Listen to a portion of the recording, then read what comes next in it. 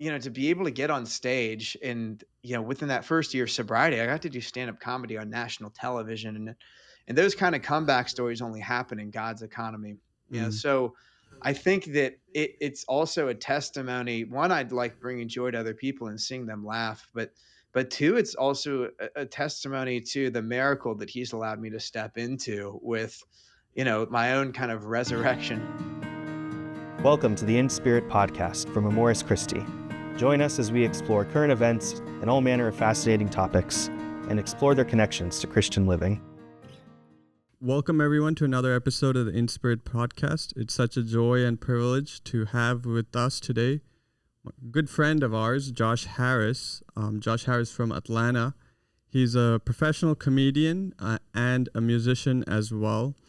He's performed in stages all across America, has performed nationally in TV shows as well, has numerous sketches that have gone even viral, and really just so many ways he's made us laugh and brought the joy of the Lord to so many of us. He also produces his own music under the title Joshua's Giants, and has produced a lot of great singles as well with that. And currently, Josh is the host of a radio show at Atlanta with the Quest radio channel, and he does a morning show every day, Monday to Friday. And so, Josh, it's a privilege to have you. Thank you for being with us, bro. Thank you so much. It's an honor to be with you guys, and I got to give it a shout out to my co-host as well. So definitely a great team at the Morning Quest, Allison DeLul and Dave Savage, our producer. It's a huge blessing, and thank you for having me, guys. Yeah, Josh, yeah. And we've gotten to know you over the years, and you have such a gift of creativity, particularly with the creative arts and comedy and music. And we thought we'll talk a little bit about that today. So just to start off, can you share like how you found your calling in comedy and music, and how that came about for you? Yeah. I mean, with stand-up, I guess you could just look at the litany of schools that I've been through throughout my academic tenure. I think I went to like 11 different schools in my life. So unfortunately, I had to learn early on the classroom wasn't a stage, or maybe I didn't learn till later on, but it was, kind of getting flagged for being the class clown, things like that, bouncing around, trying to find my way.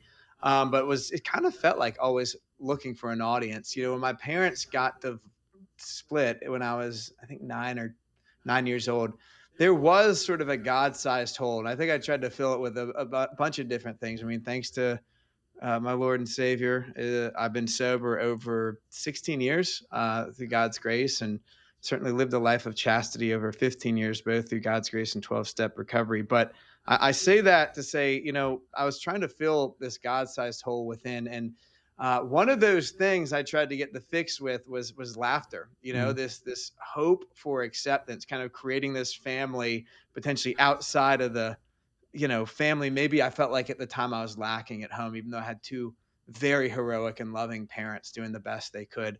So when I first officially got on stage, I was, I think, 21 or 22 years old, and I was I was interested in stand-up, and my father knew this, so he took me to a comedy club, and there was a comedian at the time named Jerry Farber there, still alive and still doing stand-up in his 80s.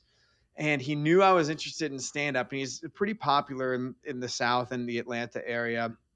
And so he told my dad he was going to get me on stage. And so I show up at this venue, and there's probably it's sold out essentially. I think over 200, maybe pushing between 200 to 300 people. I show up and I'm like, this ain't happening. You go backstage and tell them I am not doing stand-up. And so my dad, and I mean, just like the heart of a father, I love him so much. He goes backstage and comes out. It's like, all right, it's cool. I talked to him. Well, I don't think my dad talked to him. I don't think, my dad, I think he kind of realized if he didn't kick me out of the nest, I'd never learn to fly. So halfway into the show, this comedian looks at me and says, we got a special guest tonight. He wants to see young Josh Harris come on stage, and the audience erupts. I've never done like a true comedy club stand-up performance, and I freeze. And I remember there was a pretty attractive lady next to me, not that I was with, but she just like grabbed my arm and was like, you gotta do it. And I was like, I gotta do it. You're right. And so I go on stage, and I don't know how long I was up there, maybe 3 to 5 minutes. I did good enough. I mean, I definitely didn't crush. I've taught hundreds of students how to do stand up through a comedy class I teach, have taught in Atlanta, and I wouldn't have let myself hit the graduation stage considering my lack of preparation, but I did good enough to where I was like, man, like I rocked it. Uh-huh. So I definitely didn't rock it, but God's grace was there. And so unfortunately I was still in the nucleus of my addiction, and I would get on stage and then addiction would hit me and I would disappear from the stage. So I couldn't really build any consistency or momentum. Josh, But it was when I how got old were you at the time? about 22 or so, 22. Okay. 20, Yeah. 21, 22. And so when I hit 23, that's when I got sober, and I had no clue how to create stand up, in terms of, creating abundance of material. But I just said, I'm going to try to write an hour a day and perform, a certain amount of times a week and videotape myself. Oh, wow. And so it was just that kind of learning by doing. And I guess I bit by bit threw out what didn't work and kept what did. And it was a process of trial and error. But that So you first year, you would go back and watch these videos and Yep. learn from them? Absolutely. I would see myself and I would watch myself bomb, or I'd watch myself do okay. And, people might get discouraged if they're performing stand up or whatever creative platform they're, pursuing, because they make small steps, right? So like, for instance, with stand up, let's say I had a 5-minute set and 30 seconds of it was really good and the rest was, flatlining. Well, I think most people would say, well, that stinks. I only did well for 30 seconds. But I mean, think about that. Like, if you created 30 seconds of comedy once a week that worked, at a year, you'd have about 25 minutes. So it really is, small steps are huge. So it was kind of a game of trial and error and substitution. I find that amazing, because I mean, most people, myself included, would find it uncomfortable to go back and watch a recording, especially when you feel like you didn't do too well. Yeah. It's just like, oh, I didn't do well. Yeah. I don't want to see that. I mean, I even don't like watching our own recordings after on the podcast, because it's like, oh yeah. I never watch them. Well, that's the secret to constantly killing. Just don't review it. And you did great. That's awesome that at such a young age that you had that kind of insight. I mean, because one of the things that we know is that is like the formula for continuous improvement, right? You need to have a lot of repetitions, but that's not enough. You also need an accurate feedback channel as you're doing those repetitions, an honest Absolutely. feedback channel, I mean, like for you, right? I'm assuming you did something similar when you were studying homiletics in seminary. I mean, your classmates or your professor would give you legit feedback. But what I find is it's so clutch to watch yourself is because you will catch your bad habits. Mm. So, I mean, what do I mean by that? I'll notice, oh, that was a bad set. Well, okay, I dig in. I say, oh my goodness, you started to get nervous and you put your left hand in your pocket while you were talking. Like, for most people, that's not a big deal. But as a comic, I see, wait, that like cuts off one half of my expressivity. So you realize these little things you might have as crutches can be, real hindrances in terms of a compelling delivery. And those tells are, I think, often only identifiable upon playback of the video.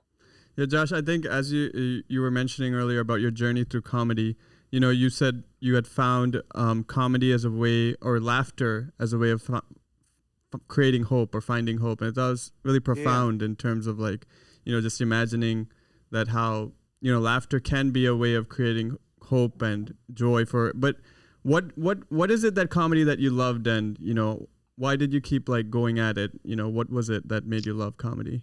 Yeah, I mean, there's different things, right? So back in the day, I mean, there was probably a sense of vanity behind it. Like, you have this dream, you love to make people laugh. Maybe every comic is a little broken on the inside and thinks I've got to get a room full of strangers to accept me. I don't know if there's a psychological genesis behind it, but I think there is something, at least when I was growing up, that felt like if I was making people laugh, it was all right. Mm. And and I don't think that should be my mission statement by any means, but like the joy of the Lord is our strength. I mean, truly, hopefully. And so I think that there is something innately good and holy about, clean laughter and clean comedy. So I do think it, would give me hope to see me bringing joy to other people. I also think just the fact that had such a checkered past in terms of, um, struggling with addiction. And I remember towards the end walking by a television set when I was in the middle of essentially a binge type behavior with drugs and alcohol. And I saw a comedian on television, and this was towards the end. Maybe I was like 21 at the time.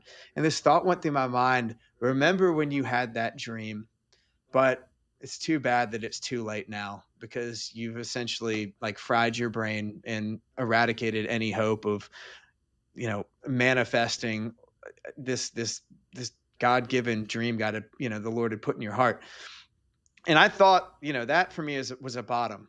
It being, I don't know, 23 years old and thinking that I'd peaked, actually far before that.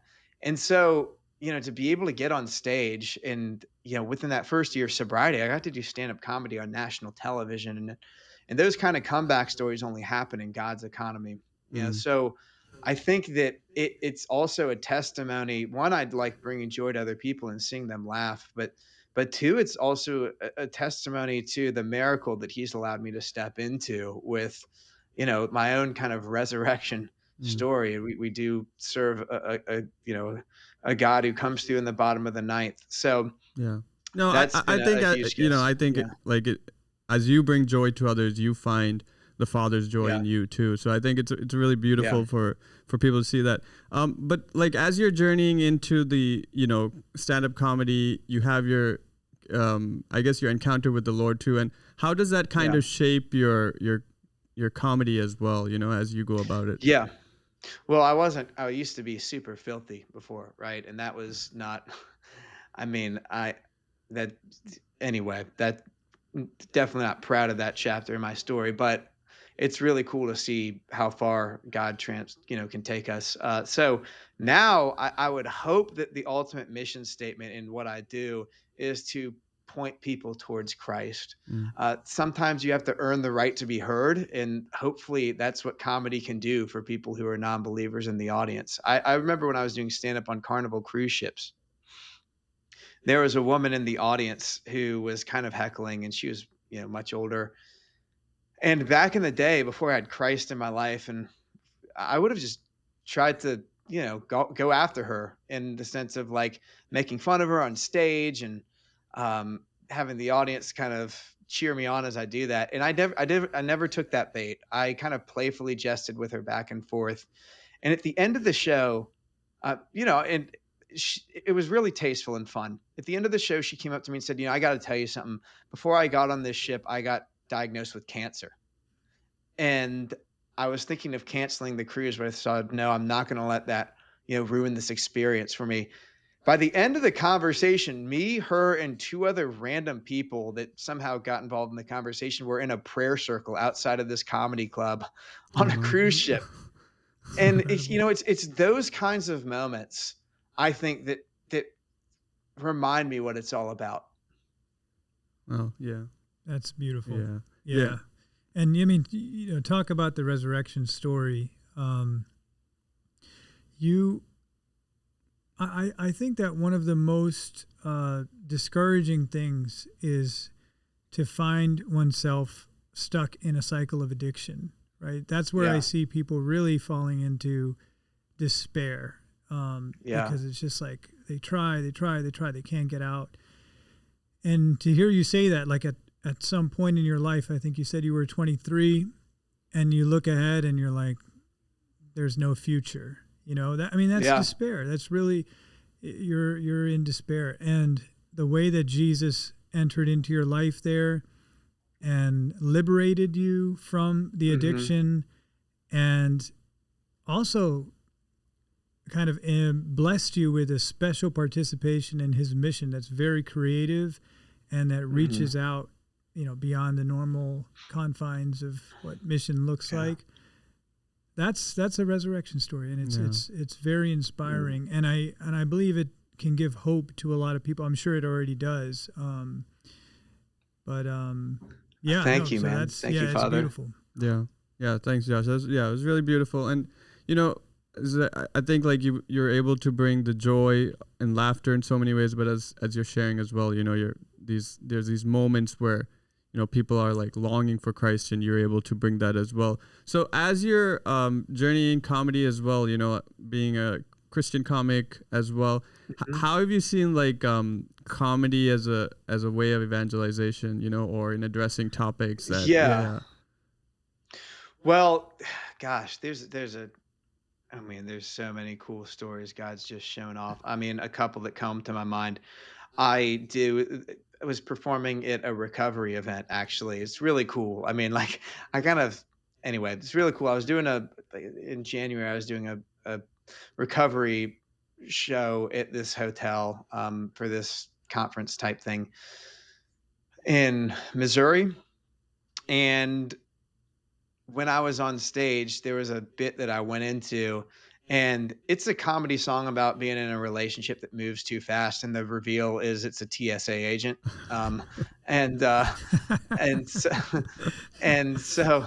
But before I went into the comedy song, I had this like really quick setup to where I was just like, I literally gave like a 10-second recovery testimony. They knew that I was sober from drugs and alcohol, but I said, I definitely lived a life that was captive to lust, and thanks to God's grace and 12-step recovery, I've lived, had lived a life of freedom and chastity for over however many years it was at the time. And I just went to the song. I think it went well, but afterwards, this guy came up to me and was like, you said something up there, and can I talk to you? And he unpacks it. He's currently in the middle of that struggle, but not just that. Somehow I must have said some sort of breadcrumb about Catholicism. And he said that he's struggling with this relationship with God. He grew up Catholic. He's fallen away, but he's trying to get back. And so it turned into us having a conversation about, freedom in the area of chastity as well as Catholicism I think we were talking till about 1:00 in the morning.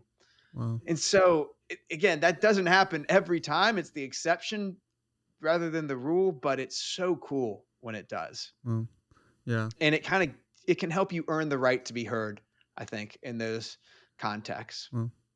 Yeah, I think it, having those, I think in a way you're participating in like God's mission of bringing him through the creative arts. And it's such a beautiful way to bring out, I think, God's creativity. I think we've talked about this before about being co-creators in God's mission. And, I think in a way comedy becomes that. You become co-creator in such a unique and different way, whether it's through bringing laughter, joy, and that brings a person closer to Christ. And I think there's an intrinsic goodness to just comedy in and of itself. I mean, obviously when we think of comedy, there's so many perversions of it.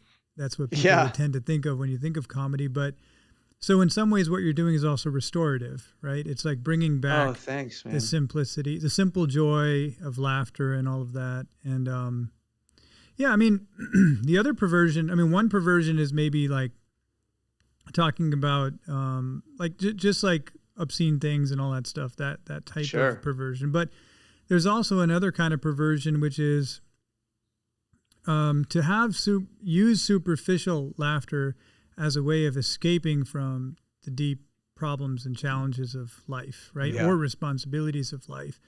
And it can be a form of escape.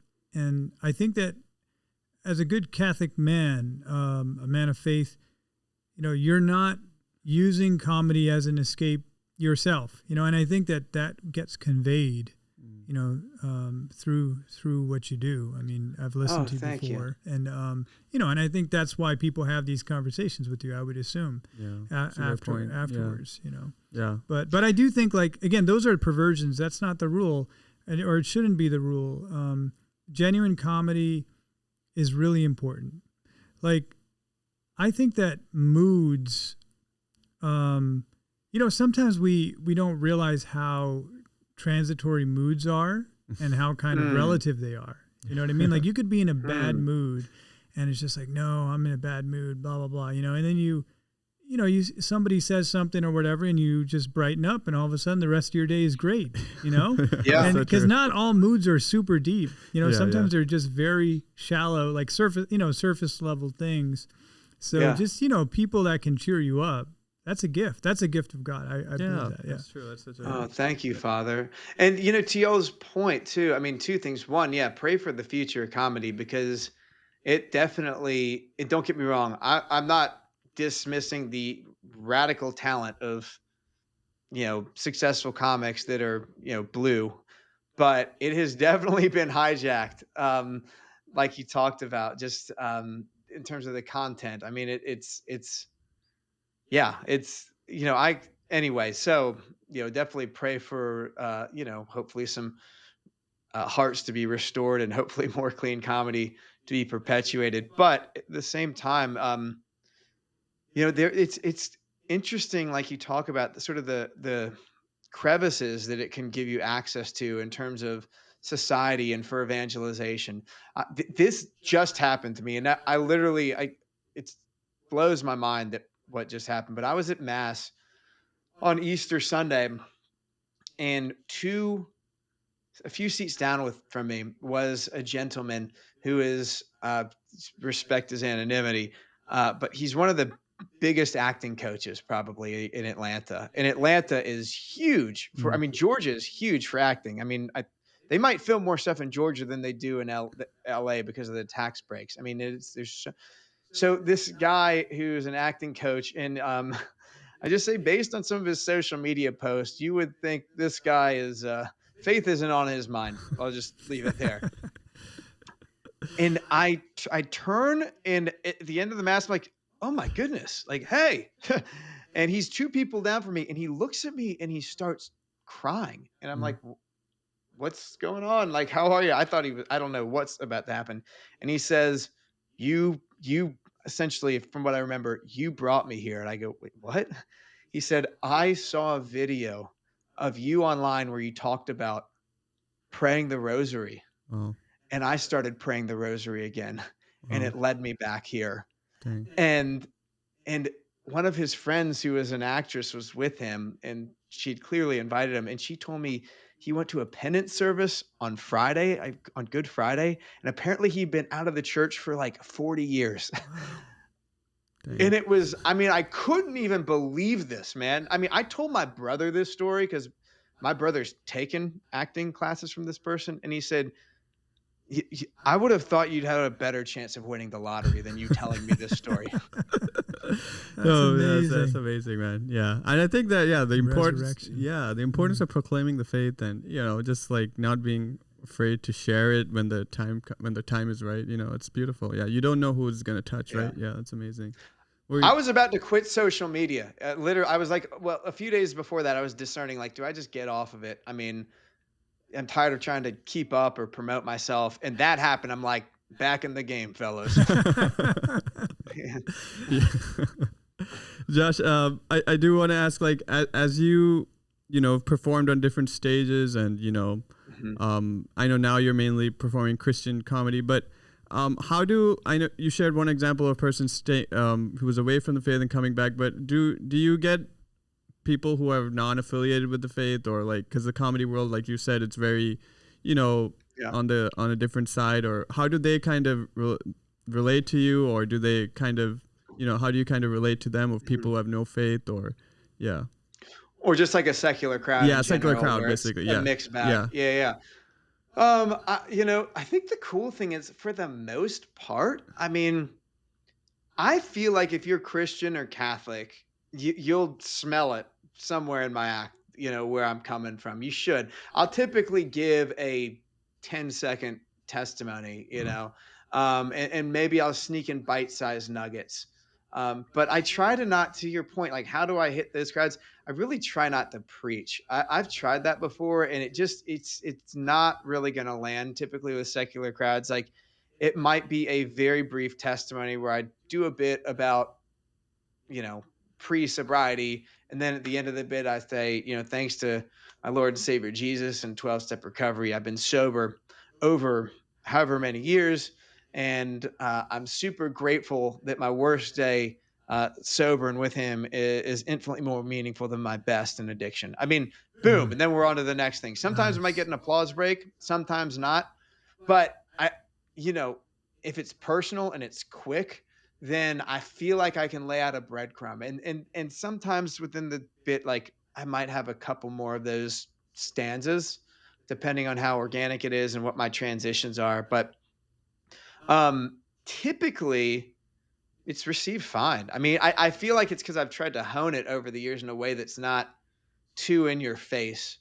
And sometimes it can earn a conversation. So I try to be tasteful with it. Oh, well, yeah. I've learned something from what you just said. It doesn't so much apply to me anymore because I'm generally walking around in a collar, so I don't. But I think for most people, having a little like 10-second thing like that is probably a good idea. Yeah. I mean, what you said right now is really, it's concise, but it packs a punch, and it certainly opens the door. Like, I could see why you have all these conversations after your performances now, because you just make that little insert right there and it packs a punch. I feel like that's a good thing for everyone to have. I mean, for me, it's kind of easy because wherever I go, it's an easy conversation starter because you're just wearing a collar or whatever. When I go to get my haircut, I don't wear my collar, because I'm about to get a haircut. So, but what I do is when I show them I'm like, this is what my hair normally looks like, and then has like it's me my collar. Oh, nice! So it's just like a nice conversation starter. Oh, nice. Like, but I love how you're not like wanting to shy away from it, but at the same time you're not pushing it in their face either. So that was really beautiful. And another thing that's helpful, like that within that context, is I'll have prayer cards available. Like, I might have some litany of trust prayer cards. Oh, nice. Or there's some 12-step prayer cards that have like an examination of conscience on the back. I actually need to order some or make some because I'm out for the most part. And they have like the St. Francis prayer on the other side. So if somebody's a non-believer or just like totally off the Christian, that's not even in their purview. I mean, maybe I get a nudge and we'll give them the litany of trust prayer card. That's cool. But like, I've done that before. But at the same time, I mean, having something that's a little more neutral, but still got the faith baked in, like, something like, for instance, one that people seem to like has the prayer of St. Francis on it. Lord, make me an instrument of your peace. That whole sequence, and examination of conscience on the other side. Just something practical that can be used. And, I feel like if I can just help someone take a really small step, or if I'm afraid, if I just take the smallest step versus try to do something enormous, that can help me, just push the ball forward a little bit more. I think you've given me these prayer cards too. So yeah. I never got any. What's going on, man? Yeah, so I know, but I think that's good, right? You have these things with you ready to give when you think the time is right as well. Yeah. But Josh, I did want to transition into music a little bit because I know that's a big part of your career too. You have the project, the musical project, Joshua's Giants. So could you share a little bit about how that came about and what made you get into that a little bit? Yeah, well, when I was 21 years old and sort of bottoming out, I started taking piano lessons at this college that I went to. And that's sort of how I learned the framework for, bit by bit, learning more about song composition, things like that. And before that, I was a pretty good drummer. And I thought that was I felt like that was either going to be the profession, drums or comedy. And comedy, just more doors opened organically. But when I fast forward, when I was in Los Angeles in maybe 2016, I think 16, I was out there and I had connections. I knew people that were doing quite well out there. And so I remember one of them hosted a comedy show um, on a Sunday night at one of the most popular venues in the city. And I probably could have, gotten a guest spot with him. He was also on a television program years before, the same one that I performed on. But one thing I realized about a lot of these mainstream venues, is like they were just so dirty, man. Like, and Mm. there's not. Again, I'm not making a comment on the level of talent. I mean, I would be the first to say many of those people are far more talented than me. I have no problem saying that if, depending on anyway, but I just knew it was a neighborhood God didn't want me in. I mean, there's certain things I don't think God wants me to absorb, and it can kind of either elevate or wound my spirit. And it became pretty clear. And I'm thinking, God, what's the point? Why am I here? Mm. See, I just took like 98% of the comedy shows off the table. What kind of blind trust is this? And so for whatever reason, I started getting this real intense desire to compose Christian music, which was strange. I didn't sing very well. I mean, I sing okay for some of my own comedy songs, but not at, the level you would really want to produce a solid CCM track or worship song. But I just started working on it and working on it. And when I came back to Atlanta that summer after my grandfather passed away, I made it this mission to kind of create an EP of Christian music. And so I did it, and a lot of the songs, kind of fell flat. But I recorded this one song with a girl, and for reasons, it just didn't get released that summer. It was the third song I think I ever recorded, or anyway, it would have been the third release I did. So years later, I released this song after she agrees to release it. I, agree to release it. And song's currently got over, I think, 1.5 billion plays. Wow. Wow. Definitely my most popular song. But it was interesting because it was like, for a while, it just felt like just multiple failures. No one's listening to my music. And eventually, I mean, I ended up releasing one song with a guy, re-releasing a song with a guy who was in that band Maverick City Music about 1.5 years ago, or maybe 2 years ago, I don't know, named Joel Barnes. And the song briefly hit number 36 on the Christian Billboard charts because Yeah. I think a local station was pumping it, and it got on Spotify's top 100 Christian songs of the year 2023 playlist. Wow. So, I mean, but I Could you give tried us the so names of hard. some of these songs just so we Yeah, can? yeah, totally. So the song that is called that one is called "Love Won't Let Me Go." The acoustic version. The one that hit 1.5 million plays is called "Make It Beautiful" with Emmy Law. But there's plenty of other songs as well that I've definitely gotten some plays, and I'm currently on I think the same label that Sarah Kroger is on, called Integrity. Mm. Um, she's definitely got like a bigger full-on record deal. I'm on a distribution deal, which I'm very happy with. But yeah, it's been really cool to release Christian music Oh. through them, and some of it's gotten some love from Spotify and streaming platforms. So it's cool to see it touching a much more global audience than I would have the capacity to do as a comic. They sort of serve two different niches. Oh. So you kind of divide your time up between these two things, or how does that work? Yeah.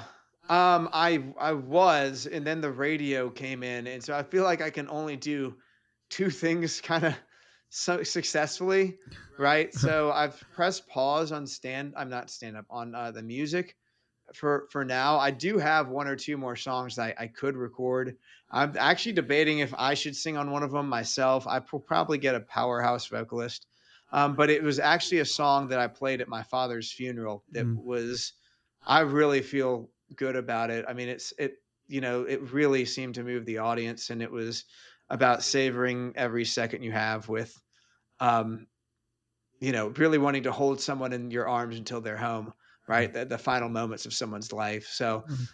anyway, but right now it's really more stand up and the radio. However, what I've done is take a lot of those production skills that I've learned, and I've packaged them and put them into musical comedy. So now part of my act, I'm doing comedy music on stage, but the songs are like produced, like I think radio worthy production behind them. And I've been taking voice lessons. So I'm really working on, cranking up my delivery there, but they've been landing. Some of them have been landing pretty well, and kind of, I feel like added a new flavor to my act. I actually did stand-up comedy. I do some service with the Missionaries of Charity in Atlanta, and I was voluntold that I needed to do stand-up on Easter Nice. at their residence, right? And so keep in mind, most of them are from India, all of them except one who's from, maybe, I don't know, she's from some Spanish-speaking country. And then, right, like but they take care of a bunch of AIDS patients at their house. So all the AIDS patients were there. Then all the sisters were there. And then before the show starts, oh wait, we got this other family coming. And so a family comes and brings like 3 kids that are 5 to 8 years old. And I'm like, oh, well, this is perfect. That's going to change the trajectory of some things. Well, but actually I was fine. I mean, I did probably 30 minutes of material that was worthy, worked, but the music really helped tremendously because, a lot of those sisters probably didn't get the punchlines given the language barriers, things like that.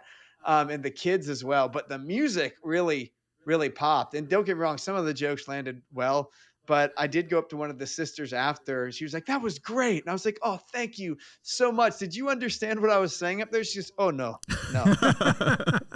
But it was great." Well, thank you. Josh, that's amazing. I think, as you're sharing, I think also even just that, desire to you had this experience of coming alive when you're, creating music and making music, and just that, I thought the beauty of following that desire and finding God even in that desire, right? Like, I think that St. Ignatius quote, whatever or wherever you feel most alive, that is where you find God. And I think, wow, that's great. Yeah, I think, just like, that's such a beautiful witness to, like, being able to listen to the desires that the Lord is, instilling in your hearts, and see the beauty that can come from that. So yeah, thanks for. So the desire part, the dreams and the love of what you do, I kind of see that a lot, but what I don't see as much is the level of dedication that you have. I mean, and that's why right off the bat, when you were sharing your story and you said you were watching those videos, I was like, that's the unique part to me. Like, that's the part you don't really hear. Yeah, that is true. There's a lot of people, especially with music in the church and the Christian circles that we're in, that feel really called to music, that love music, that have special gifts. Yeah. But like, here you are, even now. I mean, you're taking vocal lessons, right? I mean, so I guess what I want to ask is, what is your secret? I mean, how do you do that? Vocal lessons. I can give you her number, and you can tell her. She's got an hourly rate.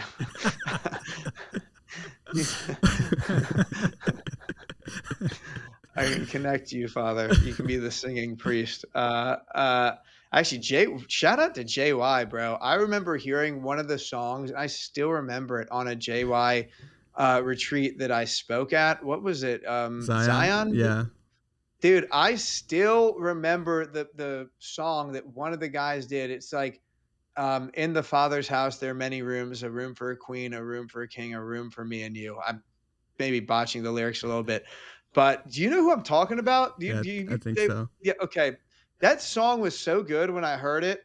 I was like, I would grab that song and like do a collab with it and co-release it, because I was like, I wish I had that song. It was so good. So shout out to JY. That guy's voice was amazing too. He was playing drums all weekend, but he popped on the keyboard. And so side note, to your question, how do I do it? I mean, honestly, I still wish I did it better, right? Because there's so many different facets and moving parts. I personally wish I could go out and perform multiple nights a week at open mics in between bigger shows comfortably, but I just don't want to saturate myself with like a lot of dirty content. You know what I'm saying? So I am choosier and more creative in terms of how I get stage time in between bigger shows. So like I am doing a show this Saturday, and I will work on some stuff there. But I think, and I should listen to this better, but like asking myself, what do I want to do? Where do I want to be? And like, what are the basics that I need to embrace? So for stand up, I mean, really, it'd be great if I wrote just 30 minutes a day. That typically is not the case now. I've just got different things going on, but I will write a bunch of stuff, in a sequence of creativity. And one thing I know now, I think, is the importance of delegation and having other collaborators. So, for instance, with comedy, I might reach out to somebody and say, hey, man, like, I mean, it could be a friend, but I've even gotten to the habit of just saying, hey, I think you're an awesome comic. I'll pay you hourly.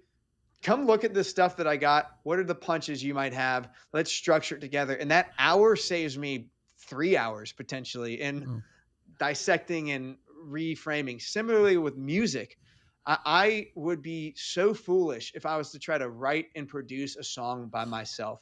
I have a guy that I collaborate with who super talented. He's worked with a lot of Christian artists. He's a artist himself, super talented producer, named Zach Paradise.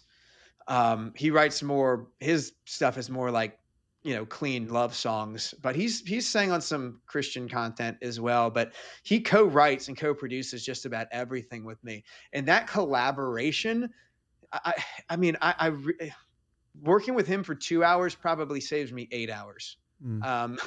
That's really same. neat. Huh. Yeah. So trying to find those cheat codes, like what are the basics that only I can do? All right. Well, I know I could only sit down and write stand up by myself. I mean, it's probably to just sit down with someone and say, here's a premise and we bat it back and forth together. That's great. But if I bring some content that I've written to the table, just like Father, if you were asking another priest, hey, like, what do you think of this homily? It'd be probably far more constructive if you had somewhat of a framework versus you said, here's the premise. Now let's beat it out together. Because the first idea, you actually have maybe quotes, you have some sort of, you've articulated it, you can articulate it to him a certain way that will give him a deeper understanding of what you're creating. So I'd say do the things that you can do, and then maybe pull in or delegate the things that, can hopefully help you cut corners as well as maximize that creativity. I'm hoping that I'm working with people that are more talented than me or in these different art forms. I think like the way you see things, the way you kind of look at it and see what you have and then see what other people can help you. And I think there's just a sense of, you have the sense of constant improvement from what you share. Like you're saying, understanding what your gifts are, but at the same time you're saying, oh, there's so much more. But like in terms of, how does that desire that you have become a reality? Mm-hmm. Is it just dedication, hard work, or how do you kind of see that? Yeah. So I in terms of actualizing a dream or stepping into a career, well, from what I know now, I would say the first and most important thing would be prayer and staying within a sacramental rhythm. I mean, I heard a Christian comedian. She's not Catholic, but I love what she said. I still remember it on this. I went to a Christian comedy conference. That's literally what it was called. And some a Christian comedy association, some really talented comics there. And she said, fellas, like, comics, please spend more time in your Bible than you do writing. Mm. And I understand what she's saying. I'm not saying that if you write an hour a day, you need to read scripture 2 hours a day. But for me, like staying within a sacramental rhythm is critical. So for me, that's it minimum a daily holy hour and daily mass, right? And then also embracing the rhythm of the other sacraments like confession and whatnot. So 12-step recovery, helping other people get sober. These things that I think are the priorities God has put in my heart. And I think by stepping into that, that's when the dreams will crystallize, because hopefully I'm aligning myself more with God's will, by staying within a spiritual rhythm. Then, once those things happen, I mean, I think it is important going to people who are hopefully established and getting some feedback from them. For me, I've worked with way more talented producers than me. I had no clue what I was doing, but I just had the privilege of working with other producers in music, and I just learned from them. I didn't go to any formal music school. Um, and then with comedy, it was learning by doing. And so I think it's finding people who are ahead of you in the race, hopefully getting some feedback from them, and developing a rhythm of consistency. I mean, practice just makes perfect, Oh. and really success happens when opportunity meets preparation. So whatever that particular discipline is, I think those are hopefully um, edifying and conducive rhythms to live by. Yeah, because I mean, I love how you said that you would write for an hour a day or 30 minutes a day. Yeah. It's very tempting to just get really excited about something and then go all in for a brief period of time and then get discouraged or burn out or whatever it is and then just forget about it. But if you can do something consistently every day, I think I've heard that called the Seinfeld method. I don't know. I think. Oh, wow. Yeah, because apparently he would write like one joke or something like that, something funny every single day. Wow. And he's like, a lot of them will just be garbage, but no matter what, I'm going to write it every day. And actually that inspired me years ago to not for comedy, obviously, but just to write, every day. And, wow, it was cool. There was a group of people, about 5 of us, I think. And we all said, hey, we want to become better writers.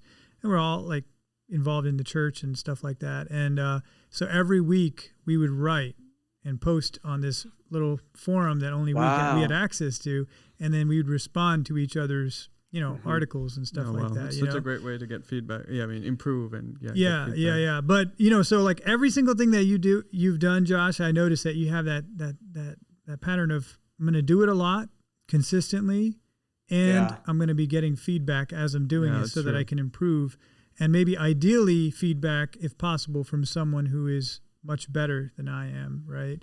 Yeah. So that's like a huge takeaway. I'm really like processing these things, that you're saying. Thank you. Like when you're talking about the power of collaboration, I mean, we've all experienced it, right? You're stuck on something. You're working on it. You get kind of sucked into the like rabbit hole of, some of the nuances and complexities of it or whatever, or you just can't find your way through it.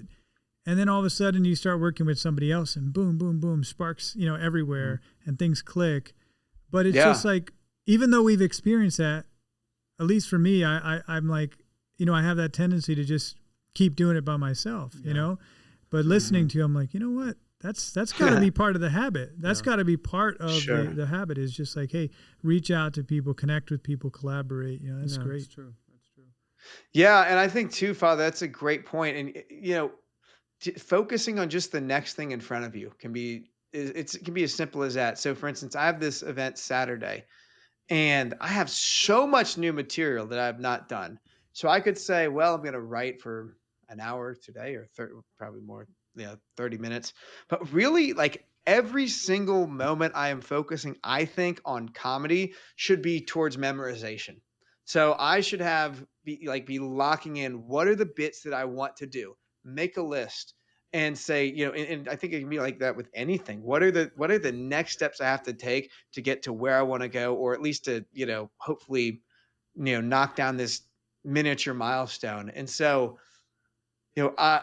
just focusing on the right things at the right time with a particular goal in mind, I think can be helpful.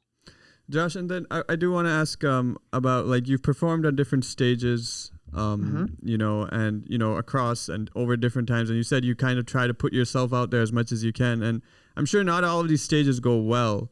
I'm sure some of them don't go as well as you hoped for. So how do you kind of deal with that, or failure in general? How do you kind of go about that? Ooh, yeah, I'm interested in this. Yeah, bro. Well, say, Jesus, give me wisdom. Man, I won't be done. I mean, dude, I've had so many failures over the years. I mean, quote unquote failures, but I still do. I mean, I still walk off stage all the time like, man, that was a bummer. Do I really do this thing professionally? Now, hopefully, if it's a bigger ticket show, I mean, I really do want to do better, and I should be putting in time to do my best to uh, really hopefully bulletproof the routine to where it goes as well as possible. But still, man, plenty of shows where I'm like, gosh, I could have done that better. But I've had some really bad bombs over the years. In fact, I would say if you have been doing comedy longer than a year and have not bombed bad, something is really you're not something's wrong, or you're just the most precocious performer of all time, or maybe you're just performing for your parents. I don't know. But I've done stand up. I mean, I've bombed on national TV, bro. I mean, like, and this comes from 2 nights before when I got a standing ovation Oh. on national television.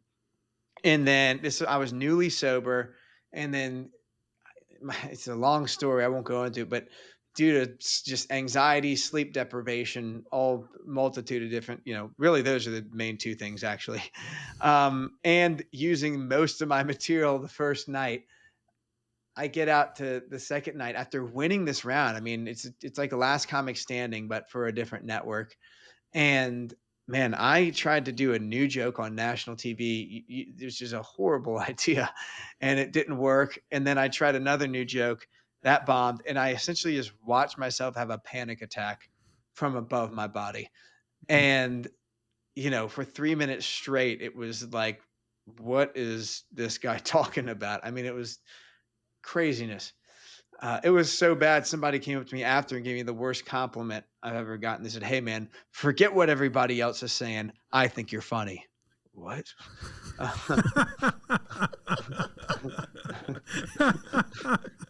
That's great. Thanks, Dad. No, I'm just kidding.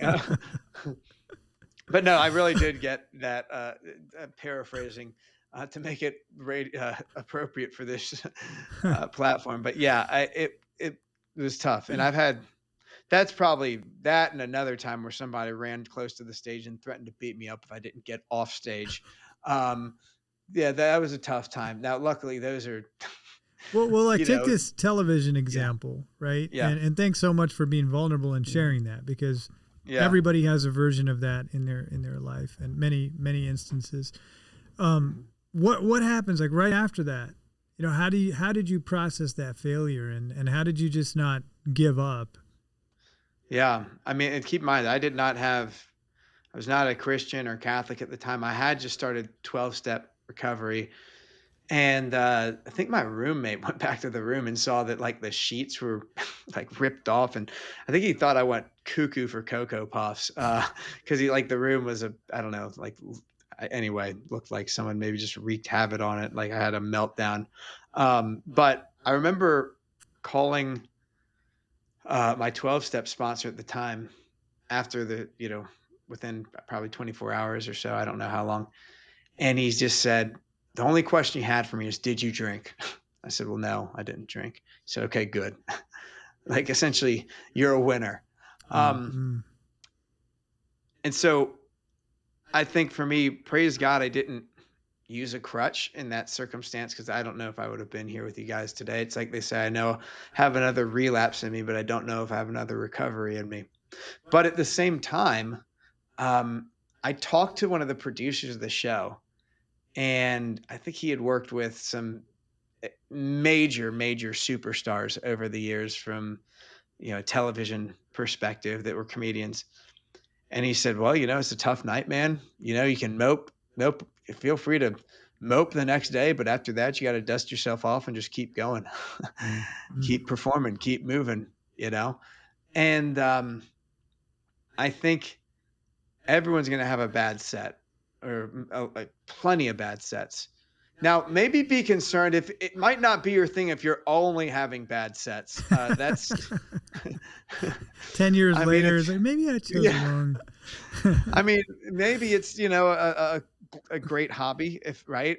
Maybe, hopefully our desires lead to some fruit, even if it's not professional, but, evangelistic or bringing joy to other people. But I think for me now, how I would process it, I'd bring it to Jesus in adoration, to prayer, to a spiritual director, and yeah, just using the gift of the sacraments and hopefully trying to get into service as well to shake the dust off. Because when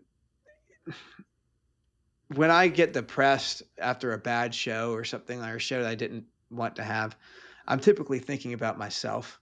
So the antidote is often doing something for somebody else. Mm. That's terrific. Yeah, that's a beautiful way. Yeah. That's been, yeah. I mean, I that's been my experience as well, which is like, if you perform poorly, so to speak, whatever it is you're doing, there is that tendency to start really just thinking about yourself. Yeah. And you kind of catch yourself doing it. You're like, oh, stop thinking about yourself. But it's kind of hard to do. But if you turn your attention towards in charity, you know, that's beautiful. But also, thank you. You reached out to your sponsor. Like, thank God for your sponsor, right? Yeah. In that moment that you have somebody to reach out to, and someone whose only concern wasn't, oh, you didn't perform well or whatever. He didn't even care about that. He just cared about, did you drink? It's like, no, in other words, he cared about you, you know? Yeah. And having someone like that, and you mentioned a spiritual director. I mean, having someone like that you can reach out to, I think is also really key, you know, to come out like alive, you know, from some of the hard failures in life. Yeah. Well said, Father. That's a great point. Yeah. Josh, I think one of the unique things about, you know, your profession in comedy and music is that you're able to go places where often the church can't go.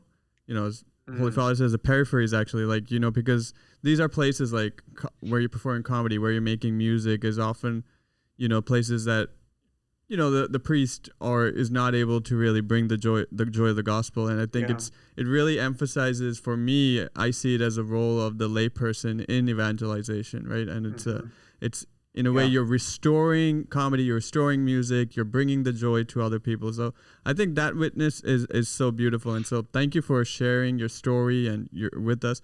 Just one last question is for, you know, there's a lot of young people who want to do music, you know, who want to, you know, do comedy. Like, as they're starting their journey, I know you talked about sharing some of the thoughts that you did, but what would you say to them, you know, as they're starting their journey, or what advice would you have for a young and upcoming artist? Yeah, I'd say the most important thing is to preserve your integrity. This goes more for the comedy. I think for music, you can find Christian pockets a little bit easier, right? Or pockets that share your values. But comedy, you'll realize that most of it's pretty dirty if you're just looking for an open mic or something like that. So the most important thing I would say is preserve your integrity, and hopefully find venues that can at least not detract from that, right? So what are, you know, are there clean shows in my area? Are there people or venues that are going to help me, again, like, have my passions and my, you know, desires not contradict, hopefully my morality and my ethics. Lastly, I think consistency is so clutch for sure. I mean, regardless if it's writing music or writing comedy, you know, giving yourself a certain amount of time a week or on certain days to create, to perform, to write, to collaborate, but really having some consistency, and for sure finding somebody who's farther down the path than you to at least have some introductory conversations with, because I think that is pretty pivotal to latch on to somebody who's done it successfully and can hopefully, you know, offer some shortcuts based on some of the mistakes they may have made, as well as some tips based on some successful habits that they've cultivated over the years. Thanks, Josh. Thank you. That was beautiful. And coming to the end of our time here, Josh, is there anything, where can people find you? And you have anything, you know, exciting coming up that you'd like to share as well? Let us know. Sure. Well, you can find me on Catholic Match. I'm just kidding.